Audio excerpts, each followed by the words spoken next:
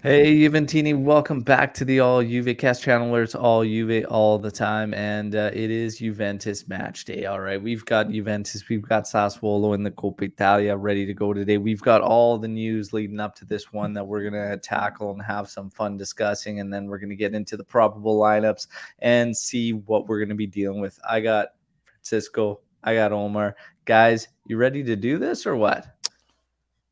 What Yes, kind of we are. what kind of Oh question yeah. is that? Oh yeah. What kind Look of at this. question is Dobbs that? ready as always. Mohammed coming here. Good morning. And as Anthony always says, Sassuolo stinks. There you go. There you go. Antonio, buongiorno, buongiorno. We are ready to go. And even Luca getting in there. It's a lovely day when Juve plays. Always exciting. We always love the match days and getting ready for them. And here we go. Guys, we'll tackle some of the topics that came up this week in regards to Juventus and some of the news out there. One of them being the future surrounding Mattia De Sciglio. Okay, so De Sciglio, they're talking about a possible renewal to 2025. This has mixed reports today, as now all of a sudden they're saying that there are a couple clubs that are actually monitoring him. Now, let's get into this first. First and foremost, I think we're all going to be on the same page. We put out a Twitter poll on this topic to see, and there was only a small percentage of Juventini out there that would say not to renew De Sciglio. I am okay with it because he's not a problem. And before we even look at the rotational guys, we need to bolster a couple other positions. And he hasn't been a problem. So I say I'm okay with it. I'm okay with it as long as the terms are on obviously on the cheap and everything. Let's move forward with that. Francisco, renew him to 2025. Yeah, for me it's a no-brainer. The thing is, he can help us a lot because he can play both fullback positions, so there's no problem. Especially the caveat always is going to be the salary. How much is he's going to ask? If he's not asking for a lot of money, I don't see any problem signing him, uh, because he has played in a correct manner and in a good manner for a rotation player, which that's his role, a rotation player that can help us when we need it. So that for me, do renew the guy on a lower salary, obviously, but do renew the guy. Yeah, there you go. All good points. Same, Omar. Yeah, it's basically the same points. He's a good rotational guy. He's been with the club a long time. You don't get too many good rotational guys. You don't aspire to be starters somewhere else. And it, it's reported that Sandro is the first one out the door in the summer. So let's say we're left with De Sciglio and Pellegrini. We're one injury away from having one available left back, and it's always not a good scenario to be in. I'm pretty sure they'll bring someone in, but the Shiryu must stay. Yeah.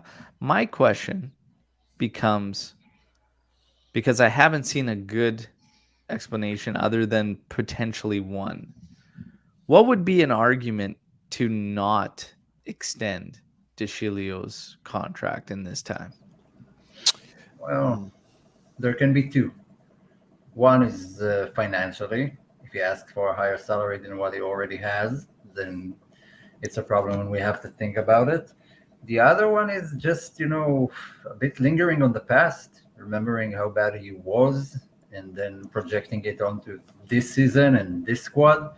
But from what I've seen, he's a bit of a different player. Of course, he's going to have errors here and there. Everyone has, but he has matured and he looks fine. So I don't see a reason to just throw him away and run looking for someone new.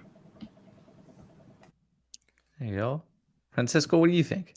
Well, I'm gonna go more for the youth the youth thing. Maybe you don't renew the guy because you have you're gonna buy a prospect, or you already have a prospect that you think is gonna can help with that role, because at the end of the day he does occupy space in the you can say, if you're trying to be devil's advocate in this topic, you can say, well, he's occupying a space that can be used for a younger player that can develop or at least get that first team experience. Um, I don't think that's something that Allegri thinks a lot about, because I don't see any clear cut prospect coming on the fullback position for Juventus. And regardless, he can play both sides. So he's a guy that can help us a lot. There have been times where we only have one right back and he slides on that right back role. Or there have been times where only we have one left back and he goes to that left back role, which honestly I think is his better side. But with that topic aside, I think that the youth, for me, the only excuse not to sign him, there only could be two: the economic aspect, which Omar talk about and I talk about. If he asks like for a huge salary, which obviously Juventus is not going to pay him, then you let him go. But if you think there's a young guy that can probably use that first team space, then you start thinking maybe we shouldn't resign him and give the opportunity to a younger guy. Yeah. Yeah, those are good points too. I mean, trying to integrate some of the younger guys. We know the work that's being done there at the U23 level. I mean, De Winter there's been talks about him being promoted next season as well, right? And that's kind of got to be something we have to keep in consideration when we think about this, because yeah, if he's ready to take that step and be a rotational guy, that's big for the kid. And yeah, you don't want to stunt him, and it's saves us even more money for making other moves, right? So there are a couple arguments that can be made. The biggest one for me is it would be a move to an extension to a guy that you're not going to see anything out of it at the end of it. So it'd have to come extremely cheap. That's also another one. It's a really small one. Do the pros outweigh the cons, though? He plays both sides comfortably. He is just one of the rotational guys. We need starters. So I think once we hammer down our starters, because I still see, a couple profiles that could probably help our starting 11, our main clutch go to 11. I think then you can get a little more picky with, your outside rotational guys. Injuries have been an issue for De Sciglio, but again, this year, I keep saying this, the face of the team changes from one year to another. This year, he's not really an issue, but it does kind of open up questions to other renewals like Cuadrado and Bernardeschi, because now if Cuadrado is going to be that versatility guy, Bernardeschi's kind of been that guy. I don't see them renewing both of them, to be honest, if all of a sudden we're going to keep De Sciglio, because then you'll have De Sciglio, Danilo, you've got Pellegrini on the other side. We still need a left back, and it's said that they're going to go after a left back in the summer. Who knows? But there was even talks about them getting a right back. But there's also, like I mentioned today, the discussions about De Winter being promoted. So you have a lot going on there.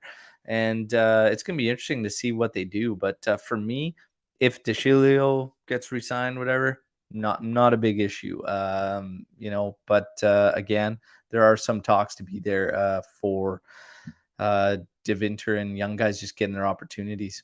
This is funny. Mohammed coming in here saying the Spurs fans were going mad crazy yesterday about Bentancur's performance. They don't know what's coming. So I actually said that Bentancur, I thought, would do well. I thought he would do well for Conte. I thought he'd be good in that league and everything, in that environment. The one that got me even more was the reaction to them seeing Kulusevski play yesterday and just ripping him apart immediately. I found that funny. We might not have to laugh because he may be coming back in 18 months, so we want him to do good and do better. But the thing with Kulusevski, I said it was funny. We were friends with the guys that do a Tottenham podcast, Podspur there. And he asked me, he said, hey, can I get your honest opinion on how you think these guys are going to do? And I said, well, Conte, I think, will do well with Bentancur. I think he's going to fit that league fine. I think he'll be okay. Consistency will be his issue because it's been his issue his entire time at Juventus. I said the one thing right away with Kulusevski. His pace is probably going to be an issue. I go, he's in between all these different positions. I don't know how Conte wants to use him. If he wants to use him as the third midfielder that's more advanced in the center of his 3-5-2 setup, then it might work for Kulusevski. If he wants to play him anywhere else, I don't see him having the pace. And right away, all the usual things came out about Kulusevski. He can't play with his back to goal. He's too clumsy, and he's got no pace. You guys want to touch on any of the overreactions there from the fans from the Tottenham fans? Well, like I said, it's a bit of an overreaction. What, they had 2 games as a sub, not enough to judge. We know, we've seen him, but it's a different league, it's a different manager. It will take time. I'm sorry, Tottenham fans, that he's not Vlahovic and doesn't score on his debut, but most guys don't, especially midfielders and such. So both Kulusevski and Bentancur will have to take their time and be patient. We know what his problems are. We dealt with them. But Conte is a different level of manager to Pirlo. So hopefully he'll make it there. I want him to succeed. I have nothing against him. It just doesn't fit the Juve profile that we're looking for. Yeah, and also I never understood why Tottenham went for him.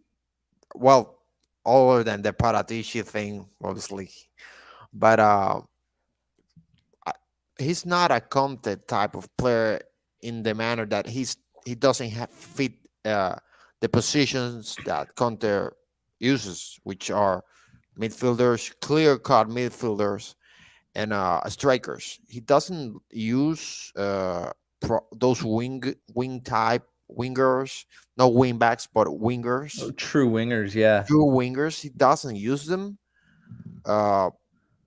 He always tries to convert them to wing backs usually, but with Kulu, I don't think that's gonna be happening because he doesn't. As I said, he doesn't have the pace, and I don't think he has the stamina to do that kind of type of play. Also, I'm not surprised. What can I say? He's a young guy. He's only 21. He's playing on the Premier League. A tough league, which physically is very strong, which is something that some people take for granted. No, the Premier League is very physical. It's not as tactical as Serie A, I would say, but physically, I think is very difficult, and he's gonna struggle with that, and he needs time, and I think he on the contest is gonna get better. You get better, and he's gonna get better, but. Man, he needs time. I'm laughing because if they thought they were gonna get Messi, no. Yeah. I guarantee you an overreaction after his first goal. Oh, The other that's way. for sure. So, He's back. He's the man. Juventus are so dumb. Why did this? yeah, the regular let stuff. the guy go? It's We're all used good. to it. It's all good. Now, we got an interesting reaction here to bringing up other contract renewals, and this from Antonio here. And Antonio's coming in here with number one. First off, I gotta say ciao to RB Comps joining in here. David Ferfaro, ciao everybody. Kush coming in here. Great to see you all here. Now, Antonio. Oh, quickly, everybody that's here right now on the live, like the video. Okay, let's go. Let's get those likes climbing up here. Antonio says, am I the only one who is a little skeptical of the renewal Cuadrado? He's going to be 33 or 34 this year. Guys, what do you feel about the Cuadrado renewal? Are you skeptical like Antonio? Are you okay with it? I said I was okay with it personally for 2 years. The Cuadrado slander needs to stop. Okay, needs to stop. What has he done wrong? No, it's not about that, but it's 33 years old. Do we want to make another move with no end game? I don't know. I'm okay with it. But what right back do we have right now? Right back? Right back. But we're playing him now. Allegri's moved him up. But he's gonna play as right back. He's at right back is his best position right now. You know it. But Allegri I don't knows it. think he's gonna play it with I, much with I, Danilo around now and De Sciglio. I do think he's gonna, because with the formation we're seeing right now, especially where there is two strikers and you can say counting Dybala, four midfielders, there's no wingers. He's gonna play right back. And what I've seen is that Allegri likes that structure because he has used that kind of formation in the past. And let's not forget that this man was like the top assistant in Europe last season, or at least top two, and he has not done anything wrong. Everybody keep bringing up the age thing, and I understand that at the long run. But if you're giving him a 2-year renewal, which I don't think he's gonna drop the performances that big on 2 years, frankly, in my opinion. And you have a guy who likes the club, who is committed to the club, who does anything, he plays any position that he's asked of for the club. He's not asking for a gigantic salary. And we have, frankly, other positions we need to reinforce first because that. Let me tell you, Sandro is much worse than him, and I think we need another left back. So we're gonna get another left back, a midfielder, and now maybe a central back if the league goes. And we're thinking about buying another right back. Instead, we have a right back that is correct and okay right now. Why not renew the guy? I for certain I don't understand why people are so angry about Cuadrado when the man has performed. I just don't see Just the just to play inconsistency. devil's advocate, I must say, just playing devil's advocate. So take it easy, everybody. Okay, Frankie, don't pull out the gun. Okay, don't pull out the gun. Listen, he has 0 assists this season. That's He's got 4 goals though. But my main thing too is he is 33 right now as we're speaking. 2 years going into, what, 30, 35 there. Has there been already a bit of a drop beginning this season? That's just my question, playing devil's advocate to yourself and Omer. Okay, that's not me saying it. Alex, I'm not saying it. Okay. But Omar, has there been a bit of a drop off with Cuadrado already? Statistically, obviously, you can't argue with that. But Ronaldo not being there, Ronaldo used to convert most of Cuadrado's crosses. Is the main reason why he had so many. But we did post an article yesterday, I believe, about the flexibility Cuadrado gives Allegri, and the formation is kind of based on where Cuadrado plays. So he is a key figure, and it's not a solution, but it's a good band-aid for the moment. For 2 years, okay, let's extend him, fix the other problems that really needs fixing, and we can address that in 1 year. I don't think he's the type of guy who's going to, make a drama out of being a rotational player and sitting on the bench. And just wait till you see today's game. Today he's supposed to play as, right winger, proper right winger. So he does give some flexibility to decide that Danilo doesn't give. Danilo has his own good traits, but this is not one of them. Yeah. So for me, it's definitely a renewal for Cuadrado at the moment. I Just think wrap up. smart man. I think you go one and possibly an option. Here's my other question. If we're going to go Danilo, and I'm curious to see this. So, Frankie, we're going to be following this one, you and I, because I say with Danilo and MDS back here, you're going to see Cuadrado up the pitch. So then next season, you put Chiesa, just say Chiesa was healthy again and he's back in here. Is Cuadrado your starter? And Chiesa's on the left side? I keep saying Cuadrado is my right back. He's not a right back though. He's my right back. His best performance has come from All right, playing the all right, right back all right. position. Okay. I'm not lying. You see me? I'm not This lying. discussion won't get He- very far because He's Frankie's doing not that giving on me purpose. He wants hypotheticals, to so I annoy love you. it. No, Don't no, make it's me so pull up the guns. Don't make me pull up Okay, the guns. okay. Let's get to the big renewal. It's got fans. It just continues to go on and on and on. And the more stories, the more reports that go on. And it's Dybala, the Dybala renewal. Okay, obviously reported that there's no timeline. They're looking. There's nothing. There's no meeting that's actually scheduled or set right now. Okay, so now all of a sudden you run into a situation where they are saying that it's going to be late this month, February or early March, for the next meeting to take place.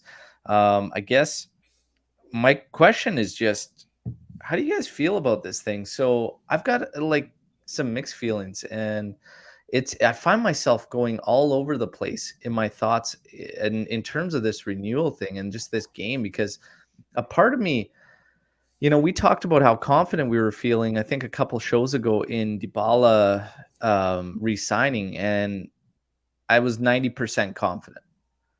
And Anthony looked at me and said, really? He goes, you got 10% doubt. Yeah. And now the doubt's actually climbing as the weeks go on. And the reason is, the more I think about it, it's like, if Juventus wanted to re-sign him, they would do it. They would just get it done. I don't see these delays or anything. So there's issues there. The question is, what are the issues? The other thing I think about is Juventus. Like, this has been going on for years. That, like, 2.5 years that Juve just hasn't committed to Paulo. And then you have the other side of the story that Paulo says he loves the club.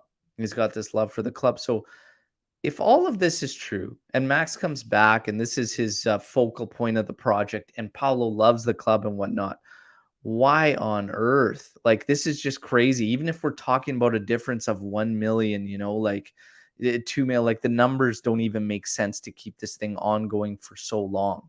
The latest rumor was that Antun, his agent, walked into the meeting and then wanted a new stipulation added at the last second, which would be absolutely ridiculous. And if he were my agent, I would actually like fire him, because it'd be like, you're a clown. Even leading up to that, unless Paulo has absolutely zero idea how negotiations happen, but I would be like, man, you just can't do that. Even if he let me know about that on the way to the meeting, I'd say that's a stupid idea. And why would you even put your team in that position if you love the club? So there's so much going on back and forth. But for me, this is becoming a distraction. Any way you look at it, like, this is just stupid to have surrounding this club right now. The more I think about it, what would make Juventus not want to, if they don't want to renew his contract, of course they're not going to say anything or put anything in front of Paulo or anything and try and delay things as well, because they still need him for the end of this season. They still need him to be one of the key guys for the second half of the season. So this thing's a mess, but I just want to get your guys' thoughts the longer this thing goes. Look, I've talked about it a million times in the past 2 weeks, I believe. It sometimes seems like the club and the player communicates through the press conferences, like only what Rivabene says in interviews, and then Max and Paolo's reaction on the pitch. But I don't believe that's the case. I think they just decided to not talk about it. In the meantime, let the season progress. Like the club told Paolo, oh, you keep playing, you keep training, do your thing. You don't need that distraction right now. We'll talk to your agent. We'll schedule a meeting, and he will keep you up to date with everything. They obviously talk in the locker room behind closed doors. They don't just leave it to the public announcement for Paulo to figure out what they're planning. So it's kind of ridiculous. I'm not buying all the reports that it is coming, then it isn't coming. They have contacted him. A bonus, no bonus. It's just so weird. This is not how a club like Juve works and operates. Certainly not the new management, who has no problem kicking players out if they're not good enough, and they've said it. So I believe it's a lot of media noise just to get clicks and stuff like that. Because if you write Paulo contract, immediately you get the attention you were seeking for, whether it's right or wrong. So I just think they keep it out, on a slow burner, letting the club handle it, and letting Paulo just play and do what he needs to do. Yeah, it's it. Do you see it as an issue though, like as a distraction? Like, don't you think like if both parties want to make it happen, it should be done? Yeah, of course, of course. That's why I think they know what is going to happen, and no one else does. Mm. Mm, Interesting. Frankie's looks like he's got some mixed feelings. I I I think that there's a lot that is manifesting right now. I think that the inconsistency of Paulo throughout his career at Juventus is manifesting right now in the minds of the management. I think also the the way Paulo feels about the club treating him.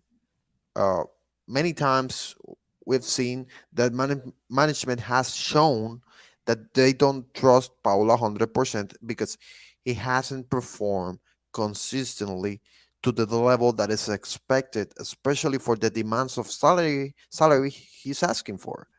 Uh, do I think it's gonna happen? I do think it's gonna happen because of the status of the club or and what Dybala represents for the club, not only as a player but also as a symbol, and economically he makes a lot of sense. It's gonna be hard, and my thing is I don't see. I think that the agent, the agent that represents Paulo, I something tells me that's something's not working there. I just see problems there because I just think that it should be more smooth in the sense that it doesn't need to be this constantly talking about, oh, when he's coming he's not. The agent doesn't need to be noticed. Yeah. Like I'll give you an example. Obviously it's a more higher profile of agent, but Jorge Mendes is an agent that you negotiated with him and you probably don't know a lot of him, where he is, where he's not. He works in the shadows a lot, and he's a high profile agent. And I just think that for an agent that is not that high of a profile, he demands a lot of attention in the negotiations, which it shouldn't be, because at the end of the day it's all about the player and the club, and he's the mediator between them.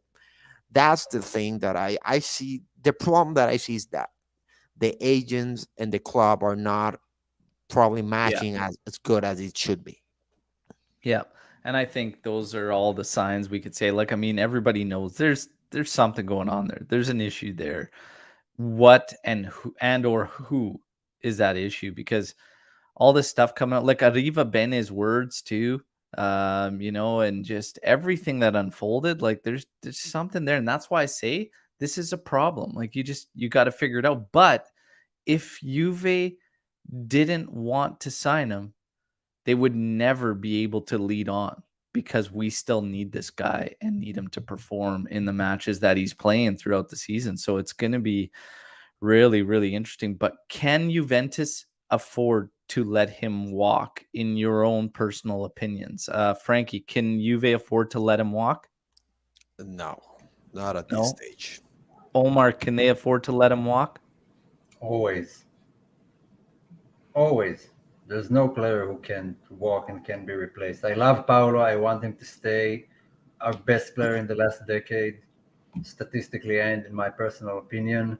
But if you're at the club in Italy with the management every day and your contacts are going to someone who's all the way in Argentina, then something is wrong. And if that's the way you want to do it, then fine, the club will move on Yeah. eventually. Regardless of your decision, the club will move on. whether it's Frankie, this season or in 4 seasons. do you want to expand on why you believe he shouldn't like? I just think that he is a player which gives us right now. I'm speaking right now in the Juventus of 2022. We cannot allow ourselves to leave us open without that caliber of a player, especially when we're trying to rebuild and we're doing such a good job doing it. We cannot shoot ourselves on the foot. Letting a player like that go, maybe giving our squad, making our squad more vulnerable, more weak, we can say, because at the end of the day, we're gonna have a weaker squad trying to catch up. So we're trying to catch up, regardless of we like or not. We're trying to catch up to Inter, and at some aspects, Milan, in the sense of they are performing better. I think that the bridge with Milan is more about playing type, and we can work with that. But with Inter, we do need to catch up in the squad because Yeah, they do have a deeper squad than us. What the way I see it right now, uh, we cannot shoot ourselves on the foot trying losing a player like that of that quality, which demands so much attention in the sense of defensively for the opponents. Paulo demands a lot. So losing a player like that may affect us, and also for the psyche of the team, losing a player like that, I just rather keep the player. He's still a young player. It's not like at the end of the contract he's gonna be 40. No, yeah, he's yeah. still 28 years old. So I see Yeah. both your guys' points, and I think, like, honestly, if I look at this, like, I agree in a sense that the club's always bigger than any player, 100%. In this particular scenario, I think the difficult thing is that we just brought in Vlahovic. If these guys start to cook, come the end of the year, and they wrap up, they mesh, they get the chemistry going and stuff, I think it could be a very, very different story on how some feel in terms of even just saying, oh yeah, like we just let them walk. I think it becomes completely different. I think, there's no fear. If it happens, it would suck. It would suck. Because you're losing a big asset and you're getting nothing out of it. So it would suck in terms of that. But I mean, ultimately, yeah, we're always okay if it happens. Like, I mean, you move on, life moves on, and we've moved on from great players historically. So yes, life goes on. But I mean, right now, what we need to see is how well these guys mesh, him and Vlahovic and whatnot. But I don't really just don't like this thing looming and for how long it's looming or whatnot. But I mean, let's wait and see, because if they mesh and they gel all of a sudden, then it becomes different. The other argument that I Okay. see being made in the comments, which is valid as well, is that he's one of these roles that isn't really alive in modern football anymore, in the style he plays and stuff. So you might be able to simplify something, not having him around, because he's, and this would be an interesting question to ask, and without diving into it too deeply, just your guys' initial gut reaction. um, has he been difficult to manage positionally, in your personal opinion? Or because you have people that say Dybala cannot play on the right wing, he can't do this, whatnot. Ultimately, he's only really had one bad season with us. And I give him a pass on the one where he got COVID twice and the injuries and stuff. So ultimately, we're talking about one bad year. He's kind of succeeded in all these seasons that people are saying, well, he can't play like this, he can't play like that. So just straight out, shoot from the hip, you guys. Has he been hard to manage positionally? Yes. Anyway, so Omar says yes.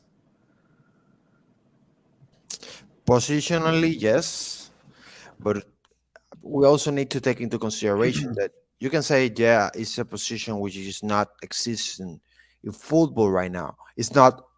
I wouldn't say it's not existing. I would say it's not as common in football right now. Yeah. But if Allegri does, it also depends a lot of Allegri wants. what Allegri wants. If Allegri does likes that kind of player, likes that kind of position, I don't see the problem in that. When we were with Sarri, we were playing a 4-3-3. Then you could see more of that tactical problem. Regardless, he did have his best season at Juventus, Yeah. or one of his best with Sarri, and but I do understand that it's not a common position. But if Allegri has used this kind of players before, so I don't see the big tactical problem with the Paulo. The thing with Paulo for me is just economics. If Juventus doesn't want to pay a lot of money for a player that they don't trust, and Paulo thinks he deserves that money because he has played for the club, and he has been one of the top players, quote unquote, for the club throughout the years. So it's just everyone. Someone wants money, the other one doesn't want to pay. That's all. I have a tough question for you regarding this issue. Um, and just because I'm going to get roasted in the comments, that's not my opinion, it's just a question. I would obviously love Paulo to stay. I like him a lot. He's a brilliant player. Maybe, just maybe, he's still not the last, but one of the pieces that we should move on from, as we have done gradually with Pjanic and Matuidi and Higuain and soon Sandro, and like the guys that were pretty responsible for the old habits we don't like to see. Cuadrado, when his turn comes, maybe is one of these pieces that needs to be moved in order for the club to move forward. Just a Mm, question. Uh, I wouldn't and compare. I wouldn't compare. Omar started talking about this, and all of a sudden the lights went nuts in my room, and it was just bad aura, and I don't know what's going on. But yeah, maybe some spirits around here, they didn't like it. They didn't like it because the lights started flickering here. Okay, so no, again, I think it goes to simplifying things. If we look away from Paulo and getting in just like a true winger and going in a straight 4-3-3 or whatnot, again, we don't necessarily know what Allegri wants to do as his main yet, though, right? Because if, say, all of a sudden we're going in this 4-3-2-1, this Christmas tree setup or whatnot, that's fine for Paulo. That's fine for Paulo. If you go 4-2-3-1, even better for Paulo. Even better for Paulo, him to play off of Vlahovic like that. But we still don't know that. So it's very, very hard to answer. All I can tell everybody is that I'm not scared for life after Paulo if it should go that way. It is what it is. But I think more than anything, the whole situation, the whole scenario, the fact that it's gone on this long and it's been a distraction for quite some time, it's unnecessarily exhausting and just needs to come to a close no matter what the end result is. That's all I can say on is that it just needs to be done, whether he stays or goes. Now, what do we have? Hard no, Omar. Hard. No, okay. Just to be clear, I don't think Dybala is another Pjanic, and is still young and he's a fantastic player. And I would love him to stay and cook with Vlahovic and Morata Yeah. and Chiesa and everyone. It was just a question to see where people stand. Yeah. RB Comp saying get ready for the Carabinio. I don't think it's going to be like that. Like I said, this it's been interesting to watch the turn in the perception of Dybala and how he's perceived as many Juventini because of this and all the ongoings and how long it's taken. Like, it's actually taken quite a toll on his reputation as a player and how he's viewed in fans' eyes. I don't think we can deny that too. We've seen it. It's just it has done that. So CJ just saying if we let Dybala walk, we will spend more bringing in a replacement. There you go. So we will see what happens, but the Dybala saga continues on, and we will have to wait till the end of this month, possibly early March, for even his agent to come back to Italy. So yeah, interesting times. We'll see what happens, guys. Let's get to some trivia. Let's have some fun here, okay? Omar is up late studying. He always is for these things, okay? He doesn't stop. He just keeps going and going. Frankie, you're going to join Omar. The live, let's see if the live chat can take on Frankie and Omar and beat them in this trivia challenge. All right. Okay. First question. How many national team players does Sassuolo have?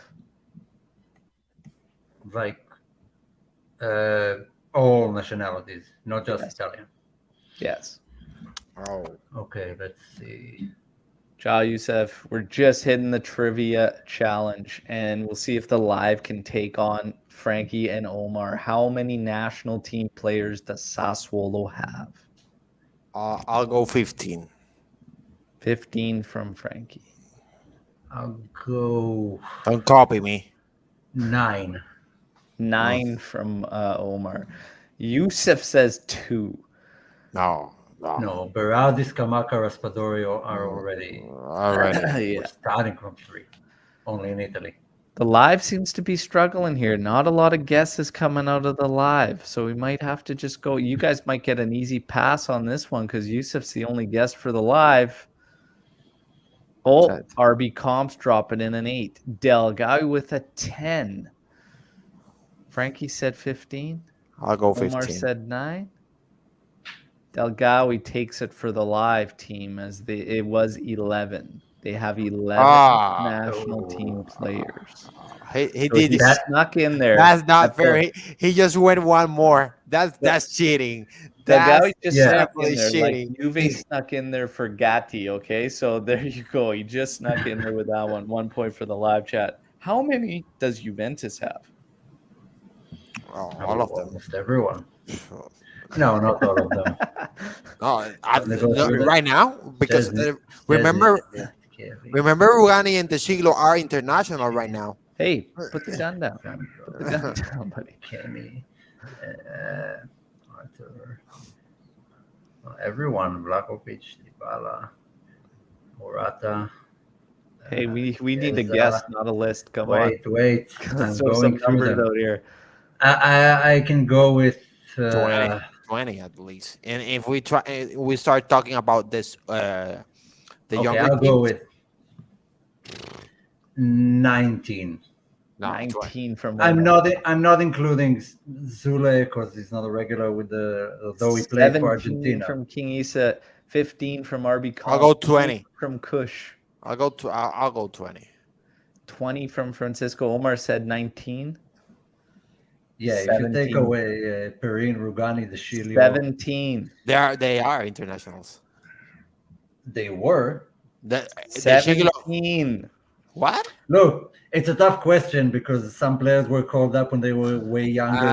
Okay. No, and the Sciglio and Rugani are going with the Italy's team right now, no? Yeah, and Pellegrini was called up in the last training. No.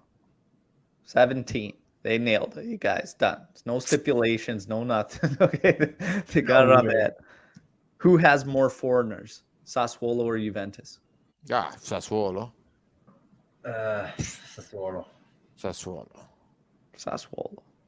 Oh. 16 foreigners. Past 10 matches, how many wins for Juventus? Between Juventus and Sassuolo. Between the two teams. Okay.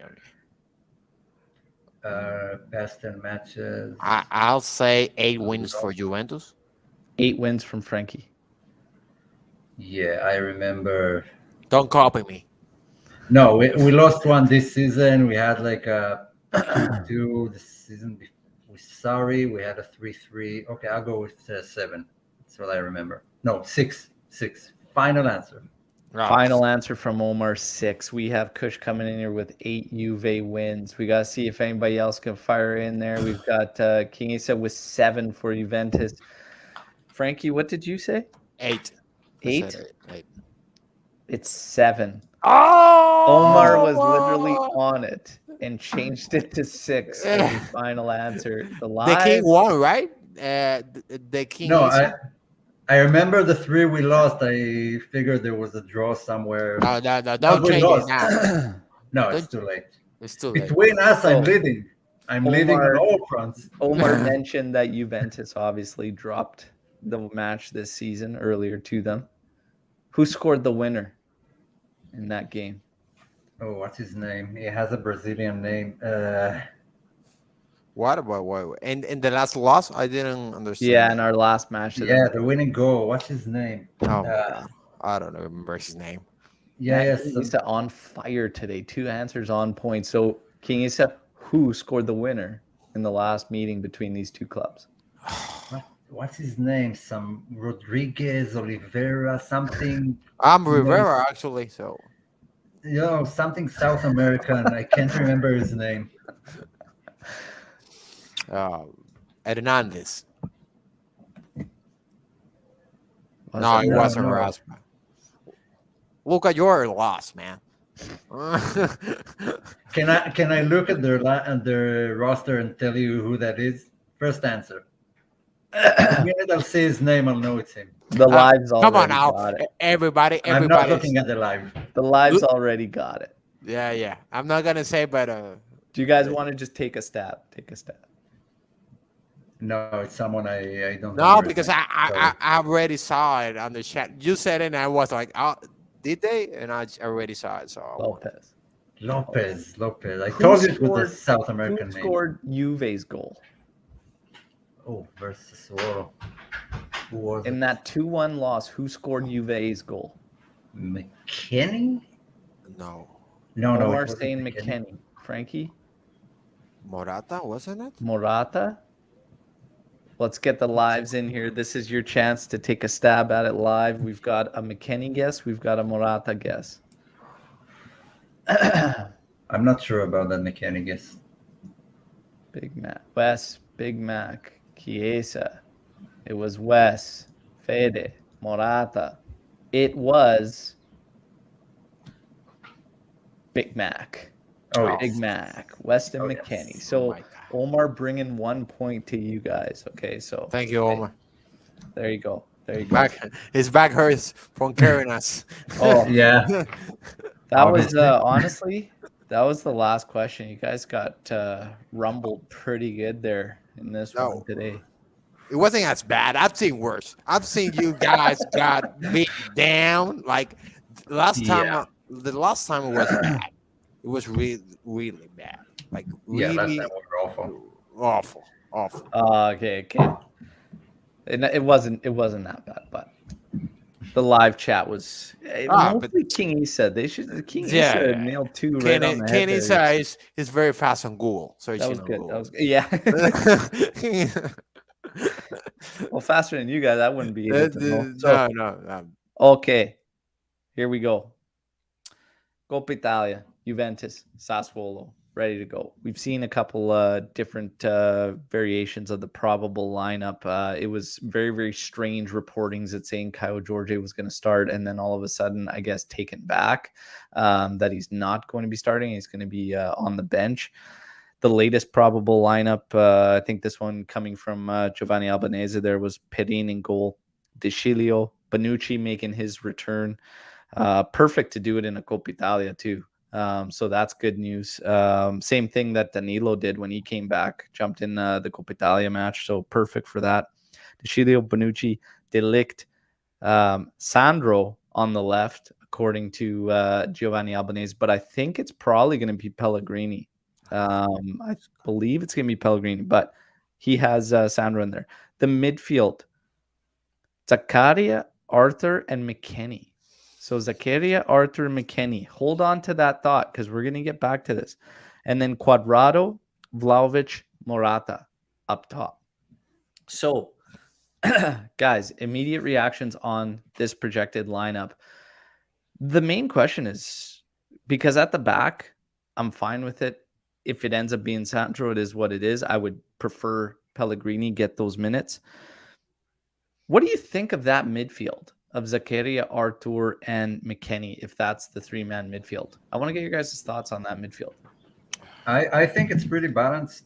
I think it's okay. Obviously, I would have liked Ducatelli in there, but for Coppa Italia, you have everything you need in that lineup. Attacking presence, energy, defensive, passing, everything you can ask for, basically. 1 month ago, we would have seen probably Bentancur out of Rabiot, so let's just focus on the positives. I would have liked to start Luca, just a little give and a half to get his minutes. Maybe he comes in the second half. Yeah. But that's the only thing. I would have liked that because, frankly, I didn't.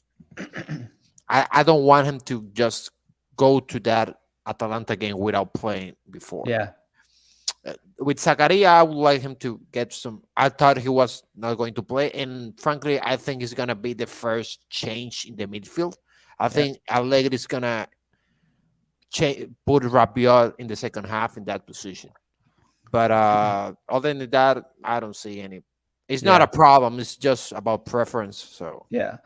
So real quick reminder to everybody, while you're here, please like the video. There are a couple ways to support the team, and one is Super Chat is enabled. You can send a donation through Super Chat, or visit stripedheartsapparel.com and get yourself some cool merch while you're at it and support the show, okay?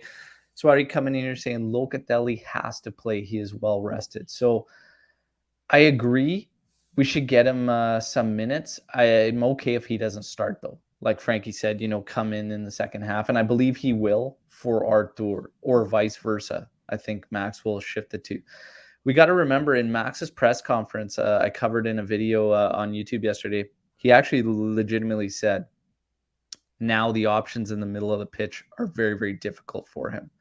Because he says with Locatelli, Artur, who's growing and showing a lot, and the addition of Zakaria, he goes, it's very hard for me to make my decision out of those three.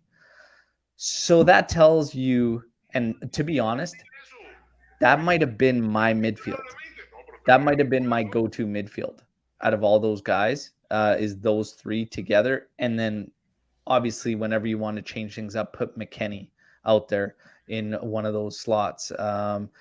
The other thought is Zakaria as a 6, but we haven't seen it, so it's very, very hard to gauge or judge that. I know Omer brought up the point that he does that with the national side, but again, when you're gelling in a team, is that the best idea to throw him in there? I don't necessarily know, but Locatelli, I think, will get his minutes, obviously with Atalanta coming up on the weekend, which is going to be a massive, massive game. This midfield, to me, with McKennie, Artur, and Zakaria, I think will be just fine. I have no issues with Artur playing as a 6. Many do in terms of defensive struggles or whatnot, but I think he creates just enough chaos in there and to cause issues and puts a decent amount of pressure on opponents. The one part of his game he has to be careful of is, and honestly, this happens to even guys like Locatelli, whatnot, is the 1-2s. When those are distributed, he can get. Arthur is very, very susceptible to getting caught ball watching and then chasing after the ball rather than just taking the lane out. So that guy doesn't have it too easy as he runs behind him. Other than that, I have no issues with Arthur playing there. Zakaria showed me a lot in just his first match with him. Very, very physical presence. Much better touch than I anticipated. I think it's going to be okay. Big Mac will have some freedom to roam and get forward and help out. I think it's going to be fine. I think it's going to be absolutely fine. I have no problems with that midfield. Cuadrado and Morata with Vlahovic up top. Is this going to... I expect this to play out in a true 4-3-3, whereas our first match was that 4-3-2-1 Christmas tree setup. I think the difference is Morata will still shows back to goal a bit more, like he was in the first one, dropping back. But the difference is with Vlahovic there, Morata's doing that now against fullbacks, which favors him physically, as opposed to doing it against center backs. So I still think we'll see a lot of that, but I think look for Cuadrado's pace to be that guy that's going to make some of those penetrating runs. At least that's what I would anticipate, and I would think we would try to hurt them basically with that happening. Luca, the rest of the class is on page 52. Please catch up, okay? I literally said, Agresti said Jorge is starting, and then he retracted that shortly after, okay? So we know that he said he was starting, but then he took it back, okay? We've been over this, man. Okay, so midfield, what do you guys think about that forward line? Is that how it's going to play out more in a true 4-3-3? Do you anticipate that? Yeah, Yeah, and it's a good attacking line because I think they will provide a lot of press. All three of them are very hard workers. Dybala doesn't press as much as other players, but it's fine. It's a Copa game. It's a quarterfinal Copa game. This is the type of game you use your secondary formation and players. Maybe from the semifinals, it's a bit different, but that's what those games are for. That's why you have rotational players, and that's our edge over teams like Sassuolo that we can afford to play different top level players in these games. So I know we want to see Luca and Pellegrini and everyone who's starting, but Atalanta is far more important on Sunday. So I'm fine with everything. Sandro, okay, Sandro, no problem. The midfield is okay. The forward line should be good. A lot of pace, a lot of hard workers, and one Vlahovic. There you go. There you go, Frankie. Anything to add on that line with the forward situation? No, I do like Morata in that position. He certainly is more comfortable in the sense that he can do what he does better, which is being a smart player. He knows where to move, where to position himself, how to use his body at his best, because he's not a supremely technical player, but he knows how to position himself. And we saw that he was good in that game, and I don't think it was coincidence. I think it was it's good for him to have another striker that he can work with. Um, Obviously, you guys know my opinion on Cuadrado playing that forward. I don't like it. I see him as our best option, our right back right now. But I I'm confident in the team, especially the way we're playing right now, the way we're regaining that mindset of competing, and I've seen better performances individually for many players. So I'm confident on the team right now. Yeah. There you go. There you go. RB Comp saying it's crazy how one window gets us fans pumped up and excited again. And not just one window, that was one hell of a window.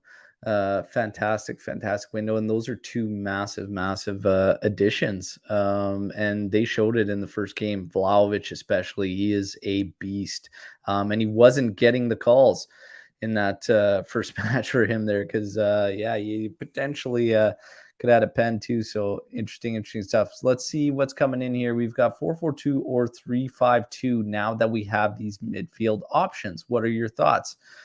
I don't like the 4-4-2 at all. It's fine as a defensive shape, which even, your 4-3-3 can fall back on, but like it's just a base. It's just a base. But in terms of an attack, your 4-4-2 still needs so much movement and molding to become something, really, really strong, because 4-4-2 naturally in attack becomes that 4-2-4 that we saw with Ventura when he tried to do that with the Azzurri. Hate bringing that up, but yeah, defensively 4-4-2 is your shell, and then you move from there. The 3-5-2 is an interesting shout that a lot of Juventini are making, but for me personally, I think we're a little light to do that just in certain areas. I mean, I don't know. I've got mixed feelings on 3-5-2. What do you guys think? I think the 3-5-2 is a formation that requires players to play in a lot of unnatural positions that they're not used to, like the wingers, fullback wingers. This role is not a regular role, and the three CBs, you have to know how to play in those formations. So it takes some work in training to know how to play this and how to cover the spaces behind left by the defense. It's not as natural to move to that like a 4-3 or 4-2-3-1. That's why I don't want to see it yet. I need to see it in some other places where it doesn't, where it can't cost us a qualification. The 4-4-2 is just a hard no. Sorry, Yeah. it's just a dead formation. Yeah, I agree. Frankie, anything to touch on with formations? Well, 3-5-2. It depends on the. Obviously, it's gonna be more of a four-man midfield, where with that whole defensive midfielder, those two midfielders are the sides, and that number 10 at the top. Uh, I do like that formation. Juventus seems to be geared to that formation in the sense that we don't have a lot of wingers right now. The reality is we lost Chiesa, Kolo left. Berna has shown to be able to play centrally, which he can be a player that can give rest to Dybala also. So we also have now another striker. We have four strikers in our team. We do have Caio Jordi in for an emergency. We have Keane, we have Vlahovic, and we have Morata. So we do have those four strikers. My only problem, you could say, would be the depth of our central defenders, which is the thing that maybe can bother me a little. But I do like that formation. The 4-4-2 is out of question. I think that everyone saw that the 4-4-2 is not working for us, so I don't think we should try it anymore. But Yeah. I do like that 3-5-2 formation for us. Yeah, I mean, I think we got the tools to do it, but I think we only have one set of tools to do it. And then I think when you get outside of that, I think it gets a little dicey. Things change up a bit, like especially like wing backs is when I'm thinking, right? So I like your 4-3-3. I don't mind the Christmas tree setup, the way we do it. You need way more from your fullbacks in that. So it was a good showing for the first time out in that run, but it'll be interesting to see. Eric coming in here a little bit late, but just saying he's curious to see how Zakaria and Wes share the pitch and how they move on and off the ball. Yeah, I mean, one of the things I'm thinking about with Artur in the middle there is with those guys there, Zakaria showed me quite a bit more than I anticipated, I think, in that first one. So, because who's Arthur going to release to in the middle of the park? Because he's your holder, and McKennie is not that guy. He's he's your good he's a good box to box guy, but when it comes to that, he's not going to be the one splashing it around. Zakaria is not going to do that either. He's your physical presence. He can win the ball, and he can obviously create a little bit of havoc up in the area. But the distribution out of there will be very, very interesting to see what happens. Bonucci being back, though, could be the key to assisting that. So yeah, those will all be things to watch. But yeah, I think Wes will have a good amount of freedom because of Zakaria's physical presence and everything and what he can do. So it'll be very, very interesting to see. Guys, I'm all jacked up, always jacked up for the games. Okay, it's game day, Coppa Italia. We know what's happening on the other side. Okay, you've got the Derby della Madonnina. I hope they beat the hell out of each other. Okay, in those two. Oh yeah, beat the hell out of each other. I love it. We potentially, we've got to knock off Sassuolo, which hopefully the lads get the job done, and then potentially we get to see Rocco Comiso's tears. If Vlao's if we play Fiorentina in the semis, and imagine that, and Vlao just destroys them. But let's not get ahead of ourselves. Let's get the job done today. Okay, it's business as usual. Juve and Sassuolo. It'll be at 3 p.m. Eastern Standard Time. But we never leave without the prediction challenge. So everybody that's joined us here, again, take the second to like the video. If you're new, subscribe to the channel, your one-stop shop for everything Juve. And let's get to these predictions. Okay, let's start off with the tiebreakers. Let's get the tiebreaker stuff out of the way. How many total offsides for Juventus? Okay, Omar, how many total offsides for Juve? 2. 2 for Omar. Frankie, how many offsides for Juve? Go 4. 4? You stole mine. So, I'm sorry, Brian. Man, I'll take. Don't copy me. I am just for that 4. No, come on now. No, you dug your own grave, man. Total shot attempts and how many on target for Juventus only. Frankie, start this one. 10. I'll go 6. 10 and On 6 target. for Frankie. Omer, 13 and 8. 13 and 8. Oh. I'm going to go. We had 12 and 9 last match. It's not that. I'm going 12 and 7. 12 and 7. It's just going in the middle. That's cheating, Al. Yellow card. First yellow card and team. Oh, it's hard. There's no Bentancur anymore. Sassuolo. Sassuolo with the first card. What minute? It's 25th minute. Sas in the 25th. Juve, 15 minutes. Juve 15 or 50? No, 15. Juve 15 minutes. Yeah, someone's going to get crazy. And Cuadrado. Let's go. I'm going to say it's going to be Sassuolo 37. Halftime score. Omer. 1-0 Juve. oh, he stole mine. Come on, it's the easiest Come one. on. I stole We can Al's all too. have, Frankie, 1-0. I'll go 3-0 just for fun.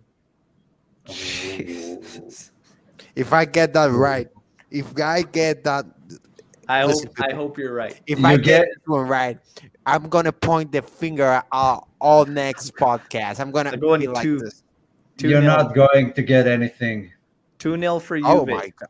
2-0. my I, God. I, pre- I Hold predicted on. Zakaria and Vlahovic scoring. Full-time score, guys. and got Full-time nothing. score. My full time's 3-1 Juventus. No, I'm saying 3-0. After 3 goals, Yeah. I think it is go. Come on and defend right now. Yeah, so There's 3-0 no more. for Frankie. He's staying 3-0. Omar, you were 1-0 at half. 4-1. 4-1. Yeah. That's Berardi a penalty. big second half worth of goals, man. That's a big second half. Okay, I like it. Okay, goal scorers. Goal scorers. So, Frankie, you got to name 3. I'll go Vlahovic. I'll go Morata. And I'll go McKennie. Okay. Took everyone. Omer, you've got 4 goals. to You count. cannot use any player that I said, Omar. Anybody. Okay, since we don't get anything for winning the predictions, Rugani, Sandro, Oh, Pereira come on. place. That doesn't. No, come on, man. No, you can use the players that I said. It's just- Morata with 2. Okay. Vlahovic and Cuadrado with 1. I'm going to go with the Vlahovic brace and I think McKennie. So I'm going to go Vlahovic, brace, and McKennie. Who's going to be the man of the match? Who's your man of the match shout for this one? Omer. Morata. Morata. Frankie. Vlahovic. All right. It's a 3-1 win. We got 3 goals. I'm not going to say we're going to get a clean sheet. I would normally give it to Delict probably. So I got to go Vlahovic. It's going to be Vlahovic. He's going to have a field day out there. Can I change? Yes. I'm gonna change because Yes. I don't want you to copy me. I'm gonna go with Zakaria. But I'd say this: if Ake plays, he's gonna get a lot of good things going. I'm not saying he's gonna be the man of the match. The man of the match is Zakaria. But if Ake gets some minutes, it's gonna be that like the last time everybody was like, "Oh, he's giving us something." I'm betting Zule would play. Zule would get some minutes. Who? Zule. Oh, Sule. Look for Sule to do some damage there. There we go. Frankie, you're hilarious, man. Just changing it up. So now you're getting Zakaria as your man of the match. Don't be surprised if he scores. Don't be surprised. Always He with was the in gun. the last game. Always with the gun. Always. The gun's always loaded. Always ready with Frankie. He's got the finger points going. Oh man, that's good. That's good. Okay, listen, I expect the young guys to get their minutes in here. I think Juve's going to do very very well and come out of the gate hard. I think Vlahovic is going to be an absolute load for Sassuolo. I think they're going to struggle to handle him. I think Morata hopefully can build off that great showing with them, and I think Cuadrado gives you a hell of a different element to be up there involved as well. And I need to see Cuadrado, when we talked earlier about him and his play, I need to see him get back to where he was strongest with these 1v1s. He needs to start getting back to that because he hasn't been himself when taking players on. So I want to see that confidence reinstilled in him and really do some damage. Again, I think that pace, having him there, it's a different element than when Dybala played in there. So I expect Cuadrado to remain. I don't expect him to drop centrally as much as Dybala did, and I expect Cuadrado to remain wide there. Vlahovic will attract the attention of the center backs, and that alone, Cuadrado stays wide, gives himself more opportunities to break in behind when Vlahovic does hold up the ball. So Vlahovic has to hold up the ball. He's got to find somebody quick. Maybe we can get a through ball outside of that based on who Vlahovic finds with it and do some damage again. Where's the distribution coming from, though? Because if Vlahovic is holding up and we're trying to get it over the top to spring Cuadrado or even spring Morata as these guys are going to peel off each other, who's going to be doing that? So there's going to be some questions left to answer. But ultimately, this team, this lineup might just be able to do it based on pressure alone, because we're going to be much more physical and much stronger with the guys that we have playing. So simply that alone might be enough to just take Sassuolo over. Expect a good one. I expect a hard start from Juve, and I expect goals. And Vlahovic, I called him for a brace, and I expect he's going to bring that. He should have had a brace minimum in his first one too. So I'm ready. I'm ready for the Vlahovic show to continue. Everybody, again, the reminders have been put out there throughout the show on how to support the podcast. There's donations through Super Chat. And if not, head over to the sponsor, stripedheartsapparel.com. Grab yourself some merch. The Vlahovic tees are absolutely banging, and they're still out for a limited time only. So check them out. Show some love. We appreciate any support, no matter how you guys are giving it. And like the video, we're going to be back tomorrow, 8:30 a.m. Eastern time, with the post-match podcast. Okay, so hopefully, again, celebrate another victory like we did on the weekend. Okay, so let's go. Juve, get the job done. Take us into the semis, and let's then look to the weekend in that huge matchup against Atalanta. Frankie's got the guns blazing. We're ready. Let's go. Fino alla fina. Forza Juventus. Ciao tutti. Great talk to you. Fantastic live chat as always. Enjoy the match. We'll see you tomorrow morning. Ciao.